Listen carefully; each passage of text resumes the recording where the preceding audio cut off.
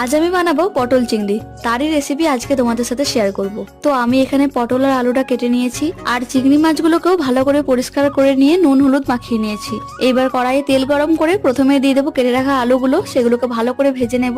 আলুগুলো ভাজা হয়ে গেলেই ওই তেলের মধ্যেই দিয়ে দেবো কেটে রাখা পটলগুলোকেও ভালো করে ভেজে নেব।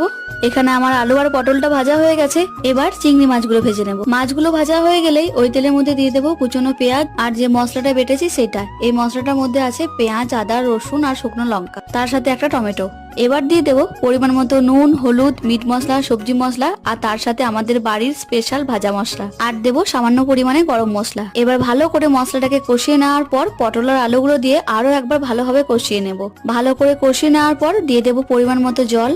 এরপর ঢাকা দিয়ে কিছুক্ষণ ফুটিয়ে নেওয়ার পর তারপরে আমরা দিয়ে দেবো চিংড়ি মাছগুলো। আবার ঢাকা নিয়ে কিছুক্ষণ ফুটিয়ে নেওয়ার পরেই আমাদের রেডি হয়ে যাবে গরম গরম পটল চিংড়ি। ব্যাস রেডি আমাদের পটল চিংড়ি।